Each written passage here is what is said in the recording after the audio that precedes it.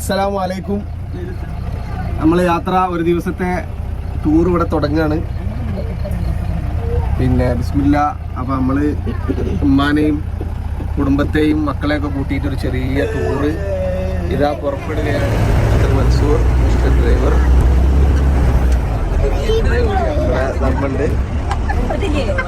എന്താണ് സാമ്പാർ എടുത്തിട്ടില്ല എന്ന് പറഞ്ഞുകൊണ്ട് ആരൊക്കെ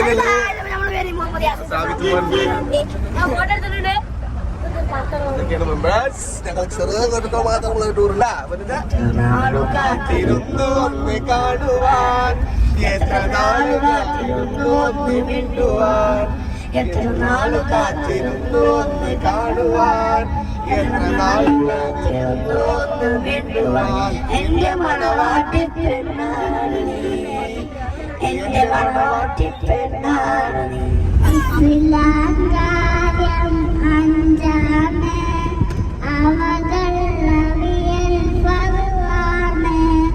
ഈമാം ഇസ്ലാം അറിവില്ലെങ്കിൽ നരകം അവരുടെ വീടാണ്.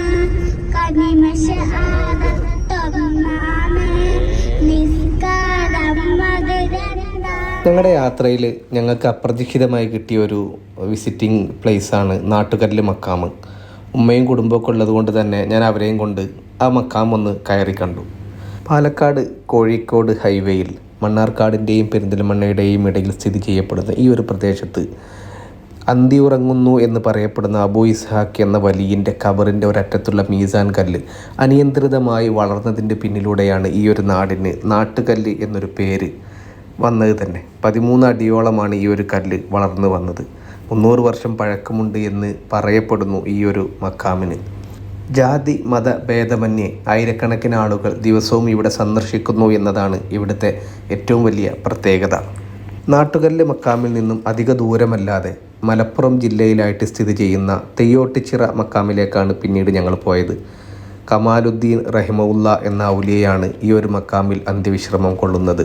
മമ്പുറം തങ്ങളൊക്കെ ജീവിച്ചിരുന്ന കാലത്ത് തന്നെയാണ് ഈ ഒരു ഔലിയയും ജീവിച്ചിരുന്നു എന്ന് പറയപ്പെടുന്നത്. അവറാൻ ഉപ്പാപ്പ എന്നൊരു ഷഹീദിൻ്റെ ഖബർ കൂടി നമുക്ക് അതിൻ്റെ അടുത്തായിട്ട് കാണാൻ കഴിയും. ജുമാ നിസ്കാരത്തിന് പള്ളിയില്ലാത്തത് കാരണം തെയ്യോട്ടുചിറയിൽ നിന്നും പെരിന്തൽമണ്ണയിലേക്ക് ഏകദേശം 25 കിലോമീറ്ററോളം നടന്നുപോയി ജുമാ നിസ്കരിച്ചിരുന്നു ഈ ഔലിയ എന്ന് പറയപ്പെടുന്നുണ്ട്.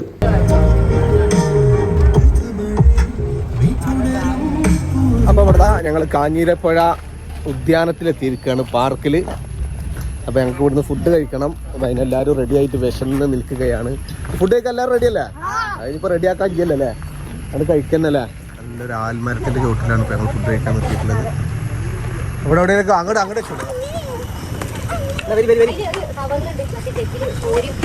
അതാണ് മാങ്ങ.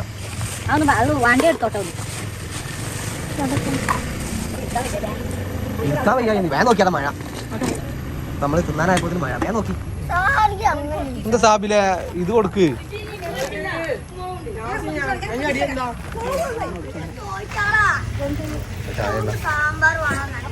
മനസ്സെന്താണ്ട് ഉമാവോ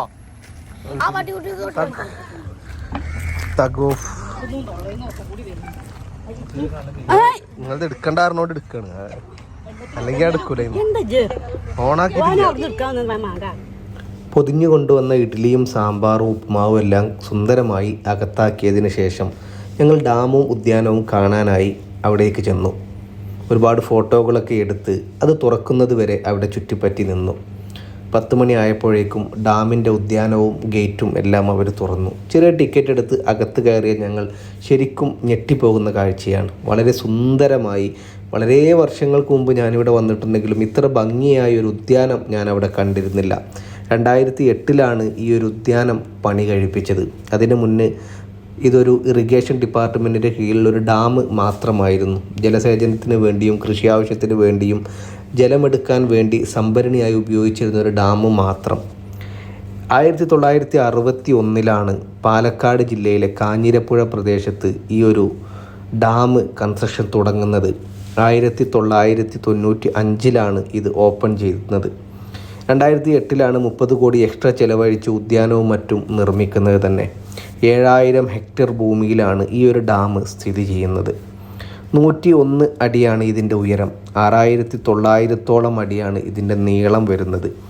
പാലക്കാട്, മണ്ണാർക്കാട്, ഒറ്റപ്പാലം തുടങ്ങിയ പ്രദേശങ്ങളിലേക്ക് കൃഷി ആവശ്യത്തിന് വേണ്ട വെള്ളം സംഭരിച്ചു വെക്കുകയും വലിയൊരു കനാല് വഴി അത് കൊണ്ടുപോവുകയും ചെയ്യുന്ന ഒരു പ്രക്രിയയാണ് ഇവിടെ നടക്കുന്നത്. ഏകദേശം 24,000 ഏക്കർ സ്ഥലത്തേക്കാണ് ഇവിടുന്ന് ഒരു കനാൽ വഴി വെള്ളം കൊണ്ടുപോകുന്നത്. സുന്ദരമായ 3 ഐലൻഡുകൾ കൂടി ഈ ഒരു ഡാമിൻ്റെ റിസർവോയറിൽ ഉണ്ട് എന്ന് പറഞ്ഞാൽ അത്ഭുതപ്പെടാനൊന്നുമില്ല. റീൽസ് എടുക്കാനും വീഡിയോസ് എടുക്കാനും ഫോട്ടോസൊക്കെ എടുക്കാനും പറ്റിയ സുന്ദരമായ ഒരു പ്രദേശം തന്നെയാണ് കാഞ്ഞിരപ്പുഴ ഡാം. ഞങ്ങളും ഒരുപാട് ഫോട്ടോസും റീൽസൊക്കെ എടുത്ത് ഒരുപാട് സമയം ചിലവഴിച്ച് കുട്ടികൾ വളരെ മനോഹരമായി എൻജോയ് ചെയ്തിട്ടാണ് അവിടുന്ന് മടങ്ങിയത്. ആദ്യം 1-2 മക്കാമുകളിൽ മാത്രം ഞങ്ങളെ ഡ്രൈവർ കൊണ്ടുപോയപ്പോൾ ശരിക്കും ഞങ്ങളൊന്ന് അന്താളിച്ചു. ഇതൊരു സിയാറത്ത് മാത്രമായി മാറുമോ എന്നൊരു ഭയം ഉണ്ടായിരുന്നു. എന്തൊക്കെയാണെങ്കിലും പ്രകൃതിയുടെ സൗന്ദര്യം ഞങ്ങളെ വേണ്ടുവോളം കാണിച്ച് പതുക്കെയാണ് ഞങ്ങളുടെ ഡ്രൈവർ ഞങ്ങളെ ഓരോ സ്ഥലങ്ങളിലേക്കും കൊണ്ടുപോയത്. കുറഞ്ഞ സമയം കൊണ്ട് കൂടുതൽ സ്ഥലങ്ങൾ കാണുക എന്ന ലക്ഷ്യം ഞാൻ അയാളെ ആദ്യമേ ബോധിപ്പിച്ചത് കൊണ്ടാവണം പോകുന്ന വഴിയിലെ സുന്ദരമായ കാഴ്ചകളെല്ലാം ബസ് നിർത്തി തന്നെ ഞങ്ങൾക്ക് കാണിച്ചു തന്നു. പൈനാപ്പിൾ കൃഷി ചെയ്യുന്ന വലിയൊരു തോട്ടം ഞങ്ങൾ പോകുന്ന വഴിയിൽ കാണുകയുണ്ടായി. ശരിക്കും അത്ഭുതപ്പെടുത്തുന്ന ഒരു കാഴ്ച തന്നെയായിരുന്നു പൈനാപ്പിൾ തോട്ടം.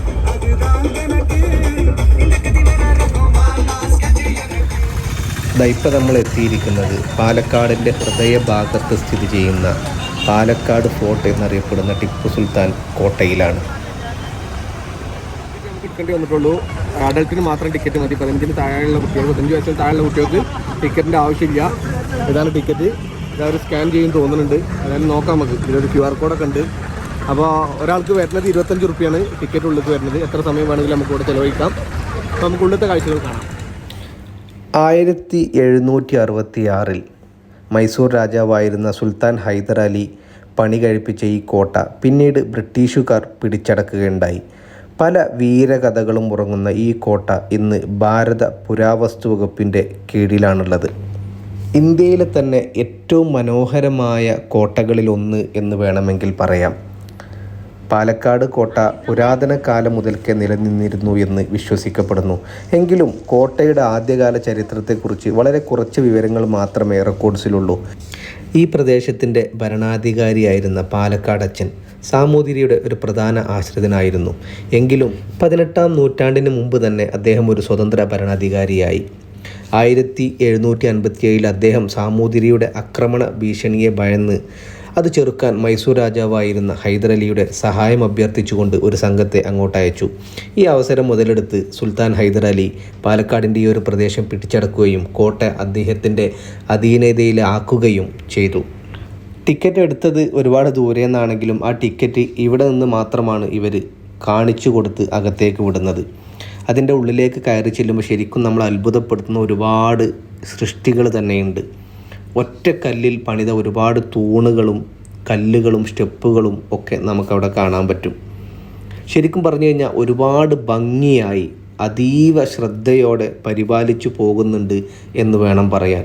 കാരണം അതിൻ്റെ മനോഹാരിത ഒട്ടും ചോരാതെ, അതിൻ്റെ പഴമ ഒട്ടും നശിച്ചു പോകാതെ നമുക്കത് അവിടെ കാണാൻ കഴിയും എന്നുള്ളത് തന്നെയാണ് ഈ പാലക്കാട് കോട്ടയുടെ ഒരു പ്രത്യേകത. അകത്ത് പഴയ ഒരു താലൂക്ക് ഓഫീസ് സ്ഥിതി ചെയ്യുന്നുണ്ട്. ബ്രിട്ടീഷുകാരുടെ ഭരണകാലത്ത് തന്നെയാണ് ആ ഒരു താലൂക്ക് ഓഫീസ് അവിടെ തുറന്നത് എന്ന് പറയപ്പെടുന്നുണ്ട്. പക്ഷേ നിങ്ങൾ കുടുംബസമേതം ഫാമിലി ആയിട്ട് ഒരു പാലക്കാട് ടൂർ പ്ലാൻ ചെയ്യുന്നുണ്ടെങ്കിൽ ഈ ഒരു പാലക്കാട് കോട്ട ഒഴിവാക്കണമെന്നേ ഞാൻ പറയുള്ളൂ. ഒരിക്കലും മക്കളുമായിട്ടും കുടുംബവുമായിട്ടും പോകാൻ പറ്റിയ ഒരു സ്ഥലമല്ല ഈ പാലക്കാട് കോട്ട.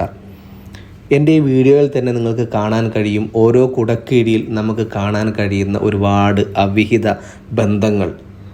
ഇതൊക്കെ നമ്മുടെ അധികാരികളുടെ കണ്ണിൽ പെടുന്നില്ലേ എന്ന് പോലും ഞാൻ ചിന്തിച്ചു പോയി. ശരിക്കും ഇങ്ങോട്ട് വരേണ്ടിയിരുന്നില്ല എന്ന് വരെ തോന്നിപ്പോയി. വളരെ മോശമായ രീതിയിലുള്ള പ്രവൃത്തികൾ ഈ ഒരു കുടയുടെ മറവിൽ അവിടെ ചെറിയ മക്കളാണ് ചെയ്യുന്നത്. ഇതിനൊക്കെ വളം വെച്ച് കൊടുക്കുന്നത് ആരാണെന്നോ ഇതിനൊക്കെ പ്രോത്സാഹിപ്പിക്കുന്നത് ആരാണെന്നോ ശരിക്കും നമുക്ക് അറിയുന്നില്ല. പിന്നെ എന്നെ അത്ഭുതപ്പെടുത്തിയ മറ്റൊരു കാര്യം, അവിടെ ഒരു വലിയ മാവുണ്ട്. ആ മാവിൽ നിന്നും വളർന്നു പോയ ഒരു കൊമ്പിൻ്റെ ഒരു വശം ഭൂമിയിലേക്ക് താഴ്ന്നു പോയി അതിൽ നിന്ന് വീണ്ടും വലിയൊരു മാവ് മുളച്ചു വന്ന് അതിലും മാങ്ങ ഉണ്ടാകുന്ന ഒരു അത്ഭുത കാഴ്ച ഞങ്ങൾക്ക് അവിടെ കാണാൻ കഴിഞ്ഞു.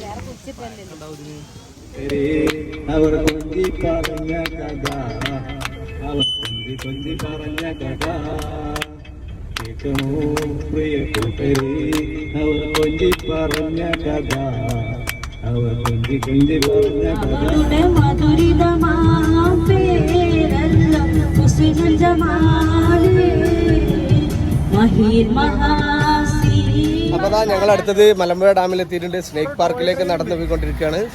സ്നേക്ക് പാർക്കാണ് നമ്മുടെ അടുത്ത ലക്ഷ്യം. മലമ്പുഴ ഡാം, പിന്നെ ഇവിടെയുള്ള റോക്ക് ഗാർഡൻ. ഇത്രയും സ്ഥലങ്ങളാണ് നമുക്ക് ഇന്ന് കവർ ചെയ്യാനുള്ളത്.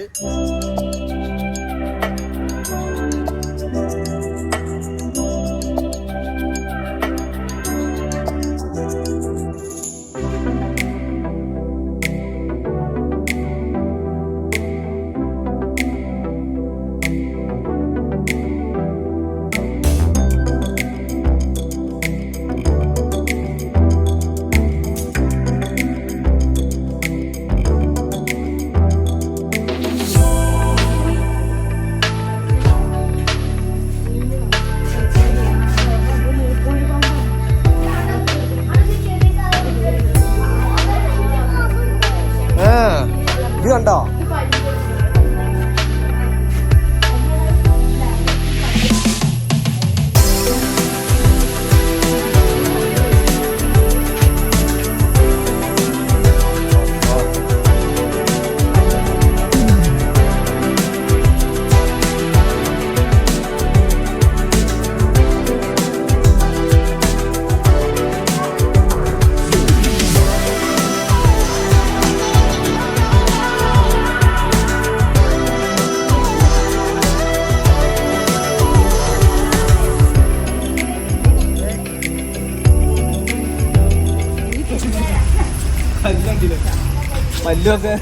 വെല്ലിമാരെ അയ്യപ്പന്റെ വൈദ്യല ആ സിനിമയിലെ അയ്യപ്പയ്യ ആടെ കുറ്റമ്പാട് അയാളെ വൈദ്യ.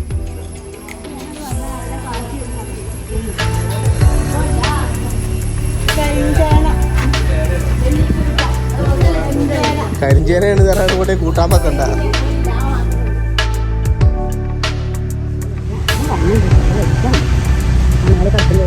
മനസ്സൊക്കെ കണ്ടല്ലോ പാമ്പിനെ, പെരുമ്പാമ്പിനെ കണ്ടല്ലേ? ആ മനുഷ്യന്മാരും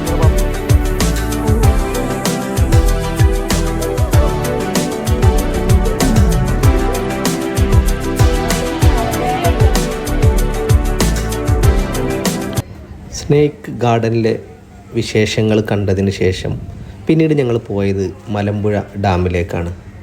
കേരളത്തിലെ തന്നെ ഏറ്റവും വലിയതും പഴയതുമായ അണക്കെട്ട് എന്ന് പറയപ്പെടുന്ന മലമ്പുഴ അണക്കെട്ട് ഭാരതപ്പുഴയുടെ ഒരു പ്രധാന പോഷക നദിയായ കൽപ്പാത്തി പുഴയുടെ കൈവഴിയായ മലമ്പുഴ നദിക്ക് കുറുകെ നിർമ്മിച്ചിരിക്കുന്ന ഒരു അണക്കെട്ടാണ്.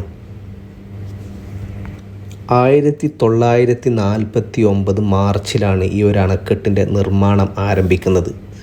1955 ഒക്ടോബർ 9 ഇതിൻ്റെ നിർമ്മാണം പൂർത്തിയായത്. ചരിത്രത്തിൽ തന്നെ ഏറ്റവും വേഗത്തിൽ പണി കഴിച്ച ഒരു അണക്കെട്ട് ഏതാണെന്ന് ചോദിച്ചാൽ അത് മലമ്പുഴയാണെന്ന് നമുക്ക് പറയാൻ പറ്റും. ഇപ്പോൾ അത് പ്രവർത്തിക്കുന്നത് കേരള ജലസേചന വകുപ്പിൻ്റെ കീഴിലാണെങ്കിലും ഇത് പണി കഴിപ്പിച്ചത് അന്നത്തെ മദ്രാസ് ഗവൺമെൻറ്റാണ്. അന്ന് മദ്രാസിൻ്റെ കീഴിലായിരുന്നു ഈ ഒരു മലമ്പുഴ പാലക്കാട് പ്രദേശങ്ങളൊക്കെ പെട്ടിരുന്നത്. 377 അടിയാണ് ഇതിൻ്റെ ഉയരം വരുന്നത്. 6788 അടിയാണ് മലമ്പുഴ ഡാമിൻ്റെ നീളം വരുന്നത്. 4 സ്പിൽവേകളാണ് ഇതിനുള്ളത്. ഒരു വലിയ അണക്കെട്ടായതുകൊണ്ട് തന്നെ ഒരുപാട് ഉദ്ദേശങ്ങളോട് കൂടിയാണ് ഇതിൻ്റെ നിർമ്മാണം പൂർത്തിയാക്കിയത്. വൈദ്യുതി ഉൽപ്പാദനം, മത്സ്യം വളർത്തൽ, ജലഗതാഗതം, കൃഷി, ഇതൊക്കെ ഇതിൽ പ്രധാനമായുള്ള ഉദ്ദേശങ്ങളായിരുന്നു. 2011 KCBയുടെ നേതൃത്വത്തിൽ ഒരു പവർ ഹൗസ് കൂടി ഇവിടെ സ്റ്റാർട്ട് ചെയ്യുകയുണ്ടായി. 2.5 മെഗാവാട്ട് മാത്രം വൈദ്യുതി ഉൽപ്പാദിപ്പിക്കാൻ കഴിയുന്ന, വർഷത്തിൽ 5.6 മെഗാ യൂണിറ്റ് വൈദ്യുതി സംഭരിക്കാൻ കഴിയുന്ന ഒരു പവർ ഹൗസ് 2011 KCB ഇവിടെ തുടങ്ങുകയുണ്ടായി. അതുകൂടാതെ തന്നെ ഒരു വിൻഡ് മില്ല് കൂടി ഇവിടെ പ്രവർത്തിക്കുന്നുണ്ട്. അതിൽ നിന്നും ചെറിയ തോതിൽ കറണ്ട് ഉൽപ്പാദിപ്പിക്കാൻ കഴിയും. നിശ്ചയ സമയത്ത് തന്നെ നമ്മൾ മനസ്സിൽ കണ്ട സ്ഥലങ്ങളൊക്കെ പോയി കണ്ടു ആസ്വദിച്ചു. അതൊരു വലിയ കിട്ടൽ തന്നെയാണ് അല്ലേ? എന്തായാലും എല്ലാ ആസ്വാദനവും ആഹ്ലാദങ്ങളും ഒക്കെ കഴിഞ്ഞ് സന്തോഷത്തോടെ ഞങ്ങൾ നാട്ടിലേക്ക് മടങ്ങി.